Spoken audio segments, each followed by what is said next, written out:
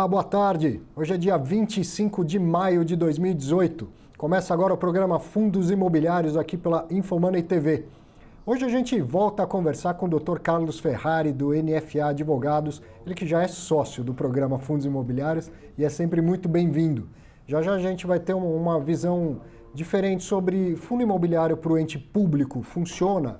E aquela discussão de taxa de fundos de taxa de administração em fundos imobiliários, a CVM fez uma proposta que nem todos os fundos cotistas aceitaram, né? Já já a gente conversa, o advogado sempre traz uma visão diferente e muito interessante do mercado de fundos imobiliários. Deixa eu passar brevemente aqui pelos fatos relevantes da semana e um destaque. O VELOL, o Vila Olímpia Corporate, anunciou no dia 23 de maio que um locatário que havia atrasado lá o pagamento de aluguel do mês de março já regularizou esse pagamento. Então agora vai ter um impacto no rendimento a ser distribuído em maio de 4 centavos. Tinha tido 4 a menos lá quando houve o atraso e agora 4 a mais para regularizar isso. Também no dia 23 de maio, o RBR Alfa Fundos de Fundos, o RBRF11, anunciou que a partir de 1º de junho vai ter uma troca do escriturador, deixa de ser o Itaú e passa a ser a Oliveira Trust. Então não vai ter nenhuma mudança no valor da remuneração, mas em função dessa troca, entre dia 23 de maio e 31 de maio, alguns serviços que são inerentes às atividades do escriturador, eles vão estar suspensos. Transferências de titularidade, coisas assim, tem lá toda a relação no fato relevante, eu não quis trazer todo o rol, mas durante uma semana alguns serviços vão ficar suspensos enquanto há essa troca de bastão entre Itaú e Oliveira Trust. Eram esses os fatos relevantes? Destaque, sempre gosto de trazer aqui o boletim do mercado imobiliário da B3. Então saiu com dados consolidados de abril, veja lá 353 fundos imobiliários ao todo, registrados na CVM, e destes 145 listados na B3. O valor de mercado versus o valor patrimonial ainda um pouquinho abaixo, o valor patrimonial de 43,6 bi e o valor de mercado de 41,7 bi, praticamente igual. Número de investidores, olha o crescimento, hein? 147 mil na prática, são 57% a mais em um ano, de abril do ano passado para agora, 53 mil cotistas a mais. O crescimento é grande, o número total é irrisório. Só 147 mil brasileiros investem num veículo de investimento tão transparente e dinâmico e que poderia estar certamente ajudando mais gente a fazer bons investimentos. Mas é importante a gente registrar que um crescimento muito rápido. Será que todo mundo está chegando aí com conhecimento do que está fazendo? Olha o IFIX, que eu gosto de trazer aqui e trouxe o IFIX real, né? Já ajustado por inflação. Não gosto de olhar o IFIX nominal, que não adianta nada. Então, o IFIX real, ajustado pela inflação. Nos últimos 12 meses também, ele teve uma valorização de 5,7%. Então, nesse período que está em verde aí na sua tela.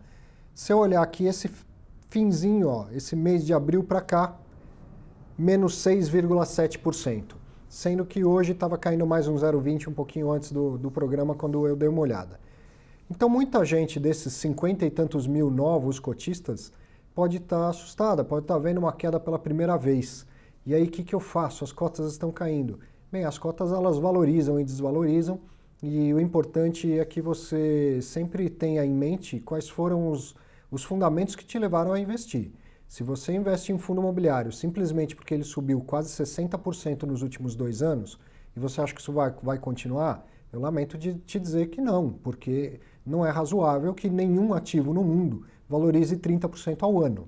Então, se o seu único argumento de compra é subiu bastante, vai continuar subindo, então você precisa revisar os seus argumentos. Agora, se você comprou porque conhece o gestor, viu quais são os ativos que tem lá dentro e está fazendo uma diversificação do seu portfólio, então fique tranquilo, é do mercado, às vezes sobe, às vezes cai, mas os argumentos permanecem. Se o fundamento mudou, aí pense em vender. Agora, se você não tem nem fundamento para comprar, aí é melhor se informar melhor. A gente fala mais sobre essa queda no programa da semana que vem.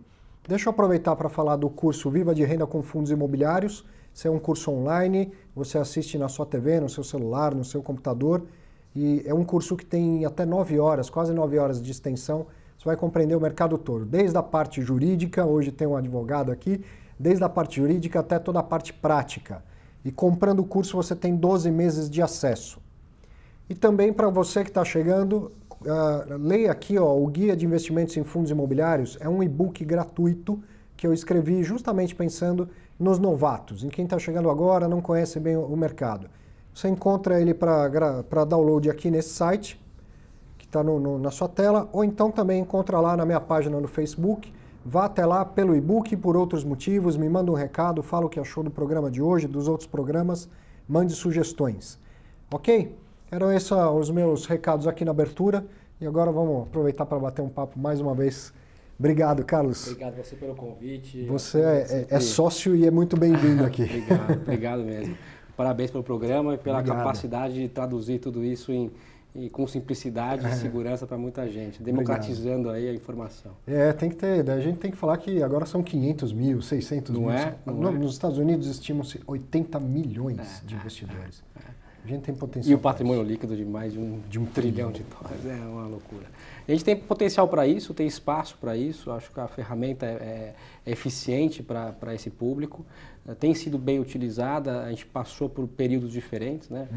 Historicamente aí, fundos monousuários, fundos com multiativos, fundos com papel, primeiro ciclo da economia, segundo ciclo agora. Então, agora é um terceiro momento, ainda mais com mais aprendizado, com mais transparência, com mais conhecimento, com cursos assim que você consegue sintetizar toda a indústria num único... Puxar a sardinha para o nosso lado, porque lembra que eu sou advogado, mas se a regulamentação não avança, mercados não avançam também, né? Claro. E nesse sentido vem acontecendo, não só de fundo imobiliário, de todos os estruturados, né? Sem dúvida. A CVM tem se mostrado atenta a essa situação, a regulação, o universo como um todo precisa aí de um grupo de regras para se desenvolver. A pretensão, né, máxima é que não haja regulação no mercado, mas a gente ainda no mercado incipiente precisa da regulação. Agora, ela ganha um colorido especial na medida em que a tônica dessa regulação pode ser muito favorável ou muito restritiva, na medida que ela pode incentivar e criar um mercado rápido e sólido, ou incentivar para criar um mercado efêmero e com segurança. Sim. E às vezes se proíbe muito, o mercado fica buscando brechas e isso acaba trazendo até insegurança jurídica. Né? A gente tem visto, às vezes a regulação tem uma boa intenção, ela é bem-vinda com o espírito dela, mas ou por desconhecimento técnico específico do mercado em si, da atuação específica daquele produto, ela se debruça numa tradução que na prática não atende àquela pretensão. Né? A redação, que não é nada fácil, a gente tem uma ideia na cabeça, mas na hora de positivar isso... Exato. A gente encontra regras, muitas vezes, no Banco Central, por exemplo, no Conselho Monetário, que elas têm um detalhamento muito grande.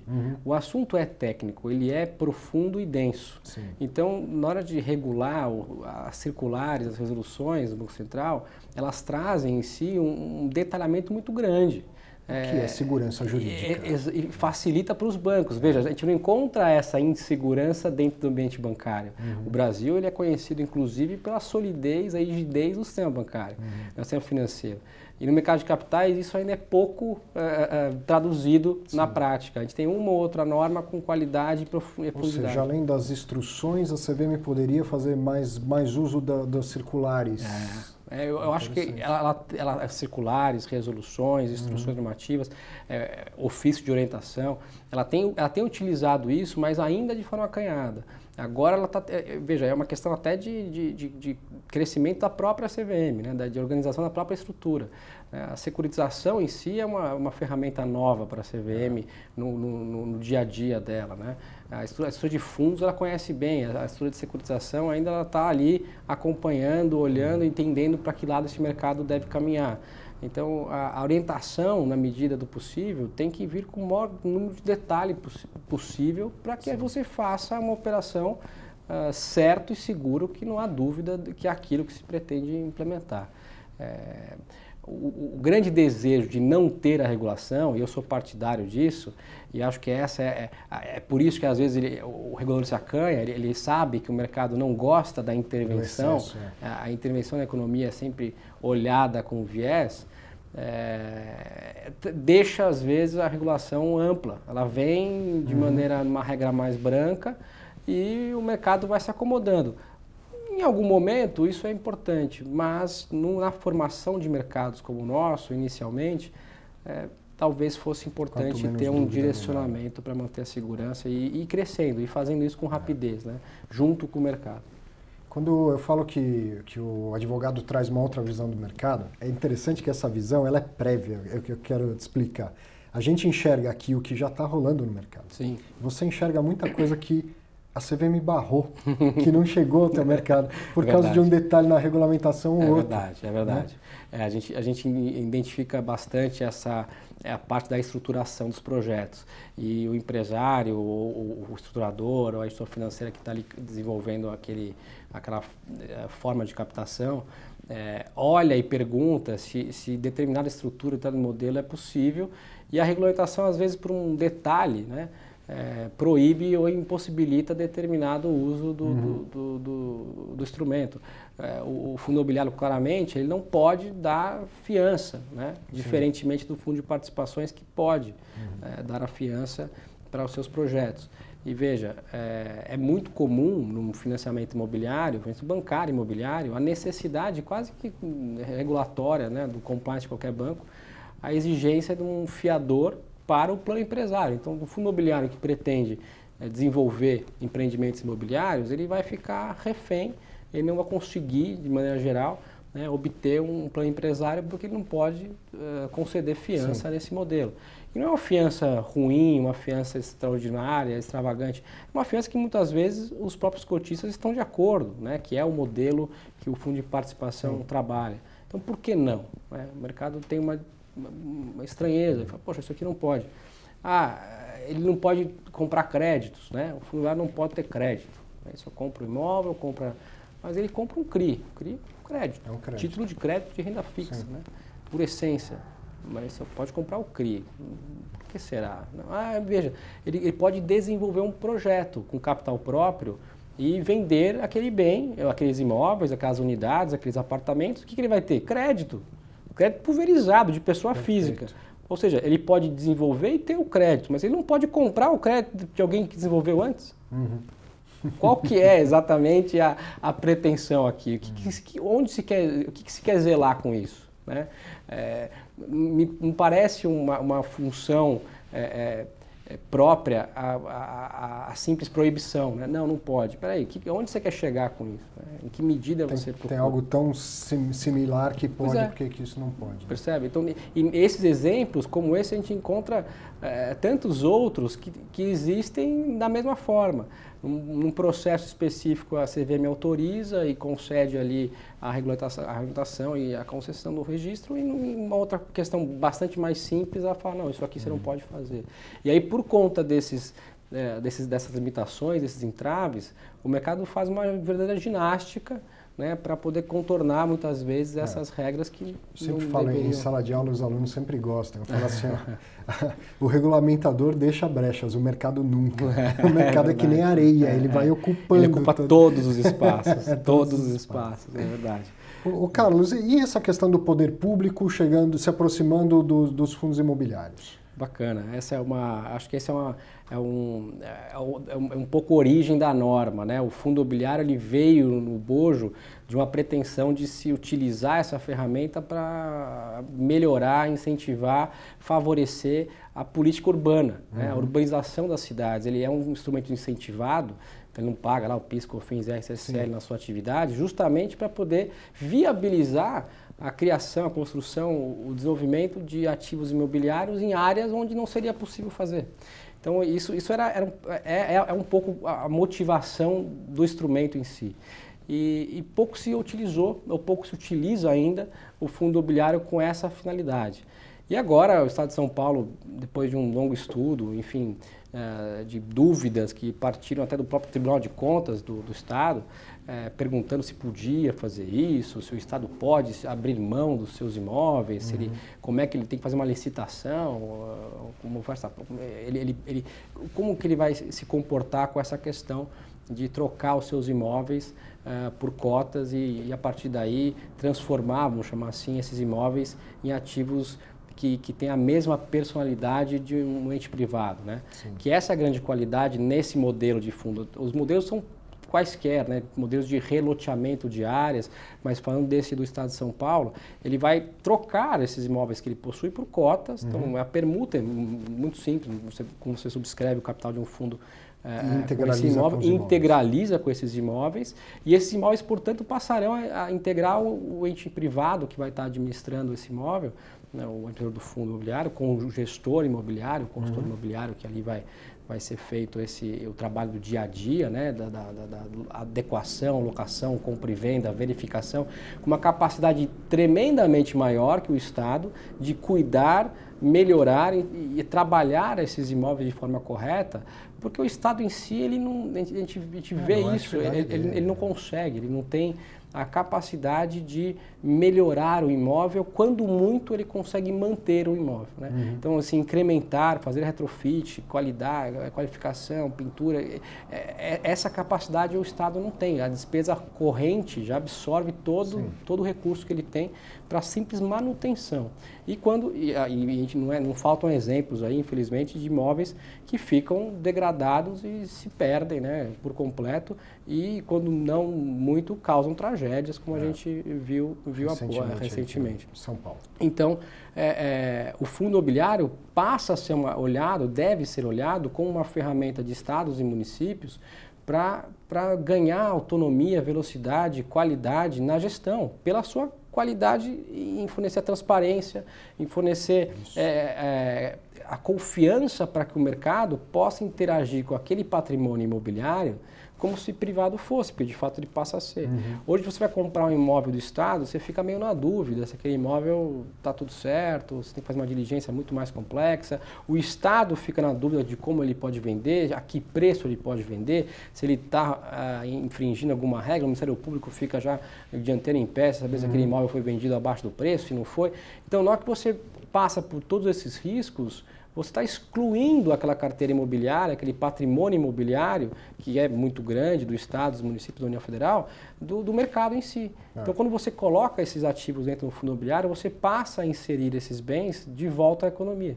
E aí, eventualmente, o fundo pode vender para um particular. Sem dúvida, essa é a pretensão. E está tudo registrado, tudo transparente, tem informe trimestral, balanço auditado e tudo mais. Claro, essa é a pretensão, essa é a ideia nesse modelo. Enfim, tantos outros podem acontecer, mas esse modelo vai buscar identificar oportunidades no mercado com quem está no mercado. Então, o administrador, o consultor, o gestor imobiliário são pessoas que trabalham no mercado, diferente do Estado que está fazendo as suas atividades próprias, verificam o momento de venda, o deságio que pode se dar, o desconto que deve se entregar, se vale a pena reformar agora, fazer um retrofit e vender mais caro, vale a pena entrar como sócio no empreendimento, desenvolver em conjunto, é melhor alugar esse empreendimento, é melhor vendê-lo, é melhor transformá-lo de uso residencial em comercial, enfim, trabalhar o ativo imobiliário da melhor maneira possível, da mais eficiente possível, ganhando remuneração e atendendo o interesse social, o interesse finalístico de uso daqueles imóveis para a finalidade que se destina. Mas para isso ele tem que admitir novos cotistas.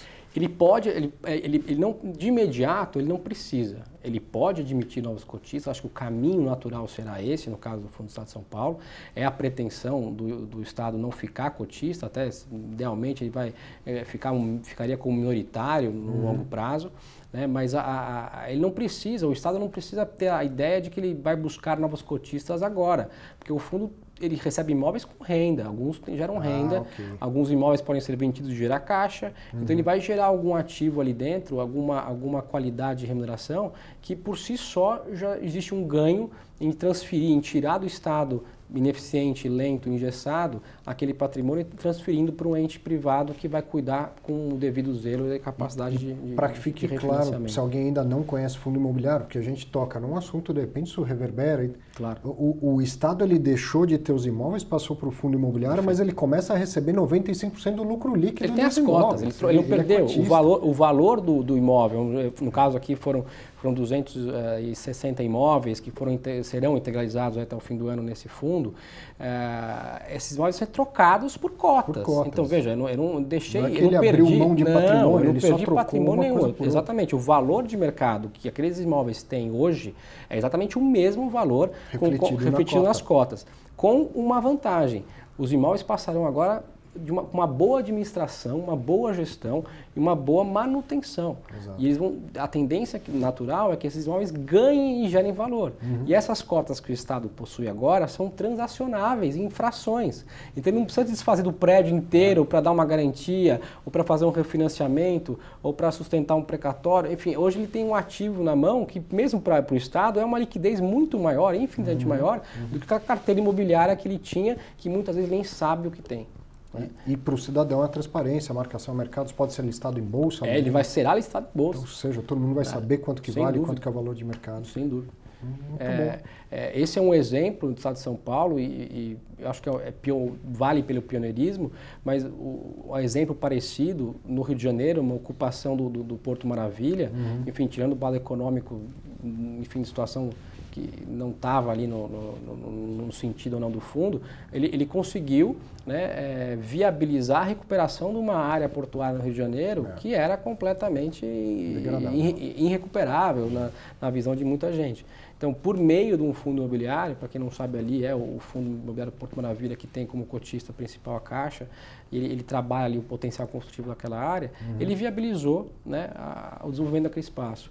Aqui em São Paulo tem outro exemplo, na Água Branca, no bairro da Água Branca, uma operação urbana que está sendo desenvolvida, e em diversas audiências públicas o Estado tenta chamar ali os moradores ao redor para saber o que as pessoas acham, e poucas pessoas comparecem às audiências. A gente tem a dificuldade até do Estado de se movimentar com essas pretensões de readequação do espaço urbano em São Paulo, apesar de todo mundo reclamar, né, ninguém comparece, todo mundo quer a mudança, mas ninguém quer mudar. Nesse caso, a proposta criada por essa operação urbana é também a constituição de um fundo imobiliário, porque ele teria a faculdade de trocar com esses proprietários de imóveis, né, aquele título de uma área precária ou parcial ou em conflito ou ocupada, né, por uma cota de um fundo que vai ter a finalidade de regularizar e relotear um espaço muito grande de área em São Paulo, para que aí sim esses espaços possam se desenvolver por incorporação, loteamento, enfim, criação de outros E aí valores. O empreendimento que for desenvolvido lá vai gerar renda, vai gerar lucro e aquela pessoa que antes ocupava uma área, ele passa a ser cotista de um fundo e receber lucro. Sem dúvida. Ele passa a ter um aluguel que ele recebe e que ele vai... Ele pode passar a ter um aluguel, ele pode passar a ter um valor maior na sua cota Sim. e passar a ter uma liquidez maior num ativo que ele sequer podia vender. E uma titularidade definitiva, né? Propriedade da cota. Sem dúvida. A cota escritural, titularidade da cota, regular. Né? Para todos os efeitos, né, essa mecânica é bastante eficiente. Né? Passa, sem dúvida nenhuma, pela qualidade dos prestadores de serviços, que é outro tema fundamental. A pessoa que está ali para desenvolver aquela área. Né? O administrador do fundo, o consultor imobiliário, o gestor imobiliário, o gestor de recursos capitais. Esses prestadores de serviços serão fundamentais para que aquela pretensão do fundo se torne realidade. Né? Eu acho que essa é um caminho, e o uso do ente público dessas ferramentas traz talvez uma pluralidade de atividades, de características do fundo imobiliário que a gente não viu ainda, né? Que a gente não percebe, e a potencialidade, né, que se tem de ganhar valor e gerar tamanho na indústria, com ativos que estão hoje fora do mercado por razões que a gente desconhece.